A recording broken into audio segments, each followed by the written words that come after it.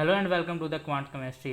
तो एक बहुत बड़े लंबे इंतज़ार के बाद फाइनली आरपीएससी असिस्टेंट प्रोफेसर 2023 के लिए जो नोटिफिकेशन है वो आरपीएससी ने रिलीज कर दिया है। इस नोटिफिकेशन के अंदर जो पहले जहाँ पे बात हो रही थी कि 1952 टोटल नंबर ऑफ पोस्ट थी, उतनी पोस्ट नहीं है। ये यहाँ पे टोटल नंबर ऑफ पोस्ट है 1913 पोस्ट है जो इस फाइनल नोटिफिकेशन के अंदर मिली है। तो यहाँ पे डिफरेंट पोस्ट है, डिफरेंट सब्जेक्ट के लिए अलग अलग नंबर ऑफ पोस्ट है। यहाँ पे हमारा बॉटनी के लिए 70 है, और जो यहाँ पे हमारा जो केमिस्ट्री है, केमिस्ट्री के लिए बहुत अच्छी नंबर ऑफ सीट्स है जो कि 81 सीट्स है। जहाँ पे जो जनरल कैटेगरी को भी इस तरीके से डिवाइड किया है कि यहाँ पे जनरल कैटेगरी में 21 है, और अदर जो जनरल कैटेगरी के अंदर जो वोमेंस है, विडोज है, उनके लिए भी डिफरेंट है। तो टोटल नंबर ऑफ जो केमिस्ट्री के लिए सीट्स है वो है 81 सीट्स है। तो ये बहुत ही अच्छी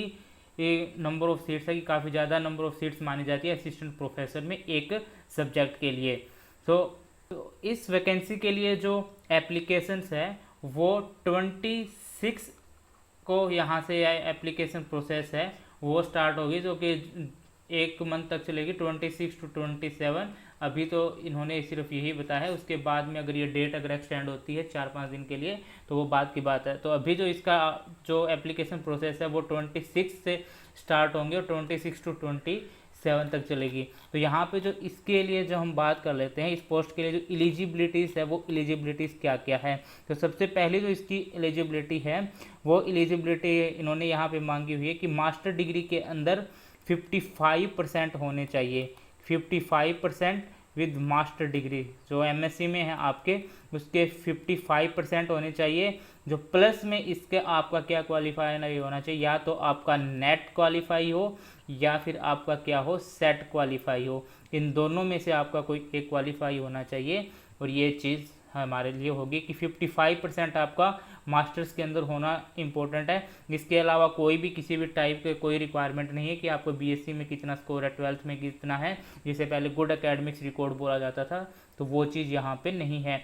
दूसरा, अगर नेट नहीं है तो आपके लिए क्या होना चाहिए कि आपकी एक पीएचडी डिग्री होनी चाहिए, जो कि आपका पूरा का पूरा यूजीसी नॉर्म के थ्रू कंप्लीटेड हुआ हो, जहाँ पे आपका प्रॉपर आपकी थीसिस का एग्जामिनेशन हुआ हो, आपका ओपन पीएचडी वाइवा भी हुआ हो, सब चीज़ें आपकी होनी चाहिए यूजीसी नॉर्म्स के अंदर। तो अगर आपके पास अगर पीएचडी डिग्री है तो आपके पास नेट या सेट की रिक्वायरमेंट नहीं है। अगर पीएचडी नहीं है तो नेट या सेट आपके पास होना चाहिए।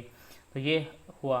फिर इसके बाद जो यहाँ पे एक जो क्वेश्चंस आता है कि बहुत से के स्टूडेंट्स के मन में यही चीज़ आती है कि जो एमएससी सेकेंड ईयर के अंदर है, जो एमएससी फाइनल के अंदर है, वो अपना जो ये फॉर्म है वो अप्लाई कर सकते हैं, और जिनके पास अभी भी नेट नहीं है वो भी ये फॉर्म अप्लाई कर सकते हैं। बट कंडीशन ये है कि जिस दिन इंटरव्यू हो उससे एक दिन पहले ये चीज़ है वो क्लियर होनी चाहिए। जो यहाँ पे इन्होंने लिखा हुआ है कि ये जो शैक्षणिक अर्हता संबंधी जो प्रावधान है इनका, वो क्या है, इसमें क्लियरली लिखा हुआ है कि जो शैक्षणिक अर्हता के अंतिम वर्ष की परीक्षा में सम्मिलित हुआ हो या सम्मिलित होने वाला हो, जो फाइनल ईयर में हो या फिर नहीं या होने वाला हो, वो ये फॉर्म अप्लाई कर सकता है। बट कंडीशन ये है कि जब जहाँ से वो इंटरव्यू होगा उसका इंटरव्यू से एक दिन पहले उसका ये जो एलिजिबिलिटी है वो कंप्लीट होनी चाहिए। तो जो एमएससी फाइनल के अंदर है तो एमएससी फाइनल वाले इसको अप्लाई कर सकते हैं, इसका वो नहीं है कि आप अप्लाई नहीं कर सकते। तो आप जब तक, लेकिन जब आपका इंटरव्यू हो, इंटरव्यू से एक दिन पहले आपका ये जो एमएससी है वो कंप्लीट होनी चाहिए। फिर इसके बाद अगर हम बात करें तो ये इसका ये एलिजिबिलिटीज हो गई। तो एलिजिबिलिटी के बाद जो इसका एज रिक्वायरमेंट है, तो एज रिक्वायरमेंट इसका है, मिनिमम एज इसकी 21 ईयर्स है और मैक्सिमम एज है वो 40 ईयर्स है। फिर अलोंग द जो कैटेगरी होगी, अकॉर्डिंग टू कैटेगरी होगी, वो इसकी जो यहाँ से जो ये है वो डिफरेंट कैटेगरीज के अंदर जो भी छूट होगी, कहीं पे 5 ईयर्स की, कहीं पे 10 ईयर्स की, तो उसके अकॉर्डिंग अलग अलग है। पर जो जनरल है उसका जो है वो है 21 to 40 ईयर्स, ये उसकी ये रिक्वायरमेंट होगी। फिर इसके बाद इसके अगर हम एग्ज़ाम पैटर्न की बात करें तो एग्ज़ाम पैटर्न जो इसका होगा वो यहाँ पे एक इसका रिटर्न होगा, रिटर्न प्लस इंटरव्यू, ये दो चीज़ें इसके होगी कि रिटर्न प्लस इंटरव्यू होगा। तो रिटर्न है वो 200 मार्क्स का होगा और जो इंटरव्यू होगा वो होगा यहाँ पे 24 मार्क्स का होगा। और जो क्वेश्चंस होंगे वो हमारा MCQ होगा एज यूजुअल। तो यहाँ से ये हो गया अपना। इसके बाद अगर हम देखें तो एग्ज़ाम का जो पैटर्न है वो पैटर्न ये रहेगा कि यहाँ पे 3 पेपर्स होंगे, पेपर 1 पेपर 2 ये आपका सब्जेक्ट से रिलेटेड होगा, दोनों के दोनों 75 + 75 मार्क्स के होंगे। और ये राजस्थान GK होगा जो यहाँ पे 50 मार्क्स का होगा। तो अभी इसके अंदर कोई मेंशन नहीं है यहाँ पे कि आपको कुछ मिनिमम मार्क्स लेने हैं या फिर नहीं लेने इस पेपर के अंदर, तो वो अभी इसके अंदर कुछ भी मेंशन नहीं है। और फिर इसके बाद जो इसका इंटरव्यू होगा वो होगा 24 मार्क्स का। अभी तक इसका ऑफिशियल सिलेबस है वो इस नोटिफिकेशन के अकॉर्डिंग रिलीज नहीं किया गया है, बट अगर जितना हम सोच के चलें तो इसका सिलेबस है वो यही होगा जो 2020 और 2021 के टाइम आया था, क्योंकि वो सिलेबस था वो थोड़ा अपडेटेड था, चेंज हुआ था उस टाइम सिलेबस के अंदर। तो मुझे नहीं लगता कि दोबारा से कोई चेंजेस होगा। तो ये मैं ये मान के चलता हूँ कि वही सिलेबस होगा। तो यहाँ से इसका जो अब एग्ज़ाम की अगर बात करें तो इस नोटिफिकेशन के अंदर अभी कुछ भी मेंशन नहीं है कि एग्ज़ाम इसका कब होगा या फिर नहीं होगा। तो जहाँ तक हम मान के चलें तो इसके एग्ज़ाम के लिए मैं यही मान के चलता हूँ कि ये एग्ज़ाम हमारा अक्टूबर के अंदर होगा। अक्टूबर के अंदर मैं क्यों बोल रहा हूँ कि अक्टूबर या नवंबर के अंदर इसका एग्ज़ाम होने की पॉसिबिलिटीज़ है, क्योंकि जुलाई तक तो इसका 27 जुलाई तक तो इसका जो एप्लीकेशन है वो आप अप्लाई कर सकते हो। फिर उसके बाद अगर ये डेट एक्सटेंड होती है तो ये आप मान के चलो कि 1 अगस्त तक इसकी जो एक्सटेंड होके डेट भी जा सकती है। फिर इसके बाद जो करेक्शन विंडो है वो भी चलेगी। तो ये मान के चलो कि लगभग 7 से 10 अगस्त तक तो इसकी एप्लीकेशन प्रोसेस ही चलेगी। फिर उसके बाद इसके एडमिट कार्ड वगैरह भी रिलीज करने होते हैं। तो और एक चीज़ और इसका अगर हम देखें तो यहाँ पे हमारे पास ये भी है कि जो सितंबर के अंदर है जो एग्ज़ाम्स बेसिकली होते हैं वो होते हैं सैटरडे और संडे को। तो सितंबर के अंदर राजस्थान का जो एग्ज़ाम का कैलेंडर आया हुआ है तो दूसरे बोर्ड से आया हुआ, RPSC का नहीं है, वो दूसरे बोर्ड से हैं। तो उन्होंने लगभग सारे सैटरडे और संडे वो फुल बुक कर रखे हैं। तो ये सितंबर में तो ये एग्ज़ाम होगा ही नहीं।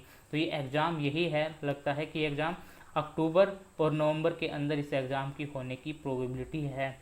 तो हम यही मान के चलेंगे कि ये अक्टूबर सेकंड वीक के अंदर अगर इस एग्ज़ाम को हम लेके चलें कि सेकंड वीक में ये एग्ज़ाम होगा, अक्टूबर के सेकंड वीक। ये हमारा यही टारगेट रखना है हमें कि हमारे दिमाग में यही होना चाहिए कि maximum October second week means 15 अक्टूबर को ध्यान में रखते हुए हमें इसकी प्रिपरेशन करनी है। तो हम इसको प्रिपरेशन यही लेके चलेंगे कि 90 + 20 डेज़ का हम इसका प्लान लेके चलेंगे कि 90 डेज़ में आपका सिलेबस है वो आपको कवर करना है पूरा अच्छे से। और फिर लास्ट के 20 डेज़ है वो आपका जो रिवीजन होना है, जिसमें आपको कुछ टेस्ट वगैरह अगर करने हैं तो वो चीज़ आपकी इन्हीं 20 डेज़ के अंदर होगी।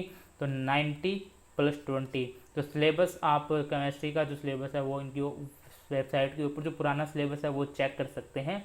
अभी शायद 2-3 दिन के अंदर न्यू सिलेबस भी अगर आ जाएगा, कोई चेंजेस मेरे ख्याल से तो होंगे नहीं, क्योंकि इस नोटिफिकेशन में भी किसी प्रकार की कोई चेंजेस नहीं है, सिर्फ अपडेट को लेके जो नंबर ऑफ पोस्ट है उसको लेके ही चेंजेस है, बाकी पुराना ही नोटिफिकेशन है।